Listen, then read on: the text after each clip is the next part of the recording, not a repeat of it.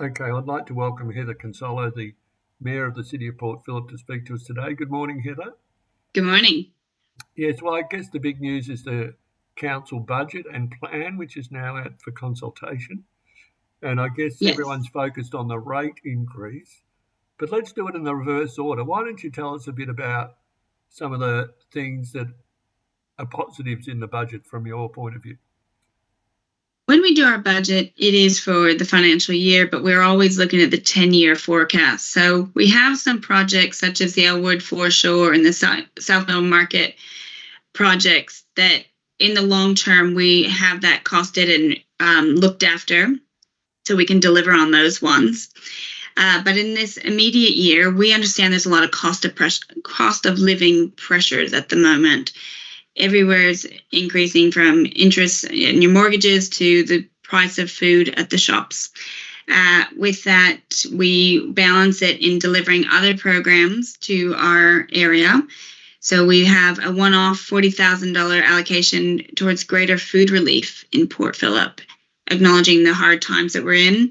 There's economic recovery packages still looking after our traders and our high streets, getting more people to come to the area to bounce back from what people have experienced lately, increased pensioner rebates, rates rebates, just trying to be more broad about looking after our people. Yes, and there's nevertheless a rates increase as well. Can you explain how we got to that in the process?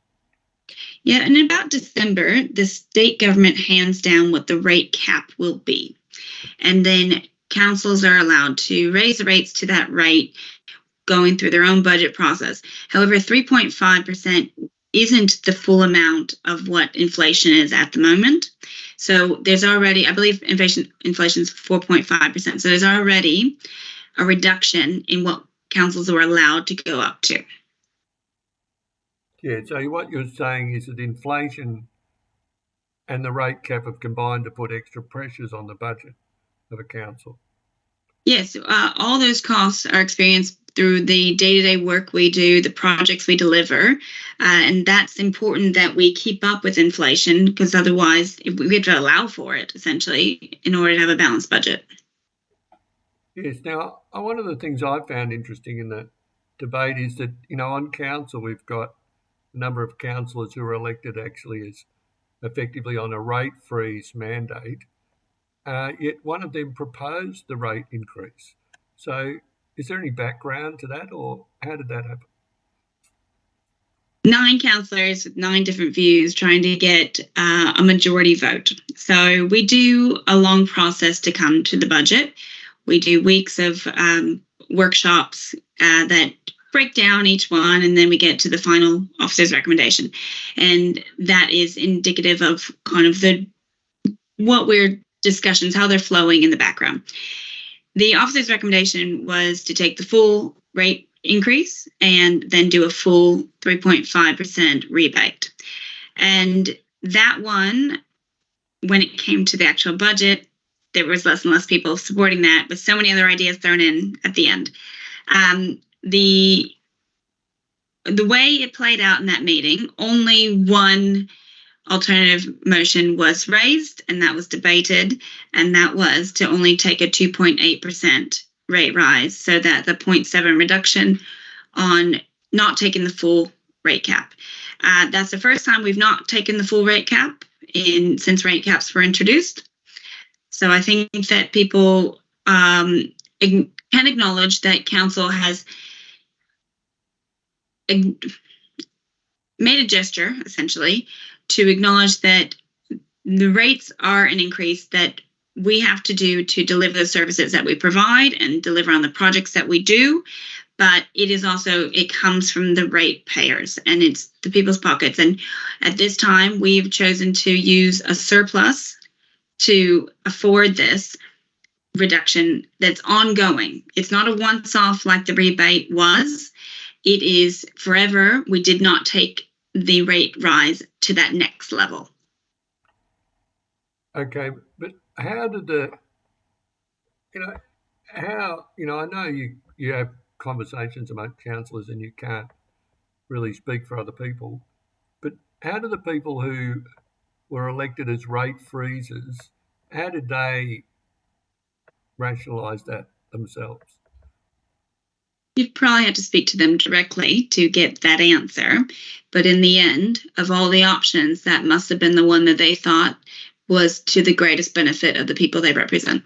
Okay, no, fair enough. I will move on from that. And I have asked them for their I opinion. might clarify one more thing. Why the number 2.8, what it was. That is where the surplus we had could be used across the 10 years to afford it. So we didn't round down to a more whole number, not whole number, but like 2.5, or it was a whole percentage difference. 2.8 is the number that works out mathematically. Okay, so it was a base to maintain services.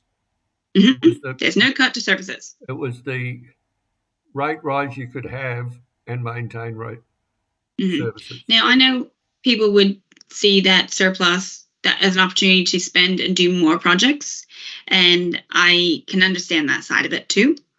But this was where we had 5 votes that were able to support the 2.8% rate rise rather than 3.5%.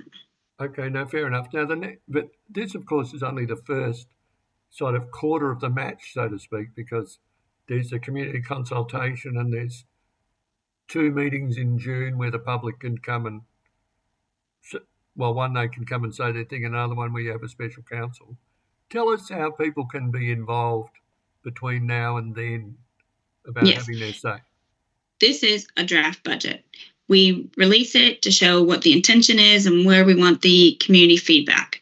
And we have online opportunities on the Have Your Say page, but also we do our neighborhood community consultations. So they go to each of our areas. I believe you'll be able to put up the list so people have the current, and people should check the website should there be any venue changes or anything like that. But we collect all feedback, and it comes to the report, and being only a draft, it's considered again in June. In June, you'll have the community submissions to the budget, and then a second meeting, like you said, the special meeting where we will vote on it.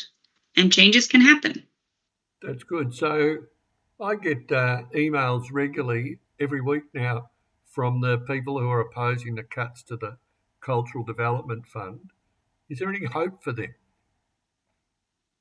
That will be also part of this process, that right now it is out. So that is what the draft says. But with the community consultation, it could come back in. But that has to have the support of the majority of councillors. And the part about that, it was the cost review. It was a lengthy process, and that was what was agreed. Now, that wasn't everybody, wasn't unanimous. I know there's many people who are very disappointed by that, but I'd like to reiterate that there is still $100,000 in that budget for that grant stream, and we have many other grants that also would be supportive of projects that could qualify for that. Yeah, that's right. So the cut was to halve the pool of money, not to cut it totally. Mm-hmm. Okay, well, I'm sure the cultural people will get out there and come to those sessions. So you'll hear more about it, and undoubtedly I'll hear more about it at TWiSK as well. So, I'd like to move on to the questions of Acland Street and Fitzroy Street because they get a lot of media coverage. So I wanted to know what words you would use to describe the situation in Acland Street now. How would you describe it? Acland Street, maybe a plateau at its best. I wouldn't hope that it's going to decline. This is an area that we need to focus on. If I can quickly talk about Fitzroy Street, and I'll come back to Acland Street. Fitzroy Street has had very positive media lately and a lot of upward trend. I'm delighted to see that their vacancy rate is very low, and there's applications in that haven't been considered yet by council but are in the process for future development, future investment in the area, and pubs and new restaurants that have opened up that are offering they have a great offering. So Renaissance was used to describe that upward trend of the area and the dining. And that's fantastic. I love the pop-ups that Renew Fitzroy Street have done to activate the street frontages. You can see more and more people coming to the area, and that's what we need. We need more people, because when people are there, the streets are busy. That's when the antisocial behavior is not as dominant, or may even dissipate, right? We are working with the police to ensure that there's joint patrols to enforce on both streets. So great to see Fitzroy Street upward trend. So I'll come back to Acland Street now. Same, working with the police. We acknowledge that there is antisocial behavior on that street, and that is making the locals not want to be there. But again, we need to figure out how to get people back to the area. So council has ongoing activations. There's the larger ones like the St. Kilda Festival that we invest in, and there's the shorter, smaller ones of kind of pop-up music there at the plaza at the end. In recent, I've seen the Globe poster, and that people have, again, wanted to recontest having the road closed. And I did go on 3AW about it, and it is, what I said on there was that opening the road is not going to be the solution to what the issues are.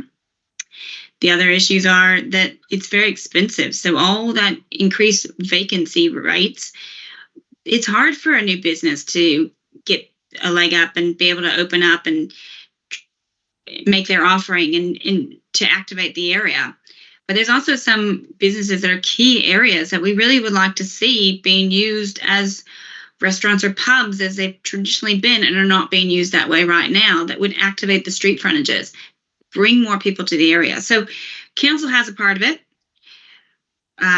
Businesses, we're working business, we're working with the police. I think that it's an area of concern, but an area that we need to not point the fingers, but rather work together to find a way forward.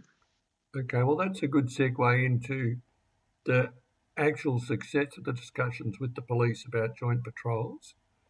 Now, I listened very carefully to the wordings of Chris Carroll at the meeting that discussed local laws, and he got the impression that the joint patrols were very far and few between. He was going to talk about more. So has there anything concrete happened since then? Yes, I don't have the statistics of how many times those joint patrols have happened in the last 2 weeks, but I know that they are happening now. Where Chris's comments would have been at a previous meeting, previous months they were not happening.